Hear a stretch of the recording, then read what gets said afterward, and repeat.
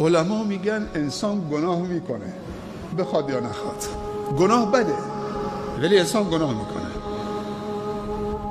ولی بدتر از گناه 4 چیزه، اینو داشته باشید. یک، اصرار بر گناه. اگر اشتباه کردی به تذکر دادن دیگه اصرار نکن. اصرار بر گناه و تکرار گناه این از خود گناه بدتره. 2، توجیه کردن گناه. وقتی گناه کردی دیگه توجیه نکن. گناه استغفار میخواد، توبه میخواد، عذرخواهی میخواد، مثل بابا آدم. دیگه توجیه نکن. نگاه بر صورت خوبان حلال است فلان حالا.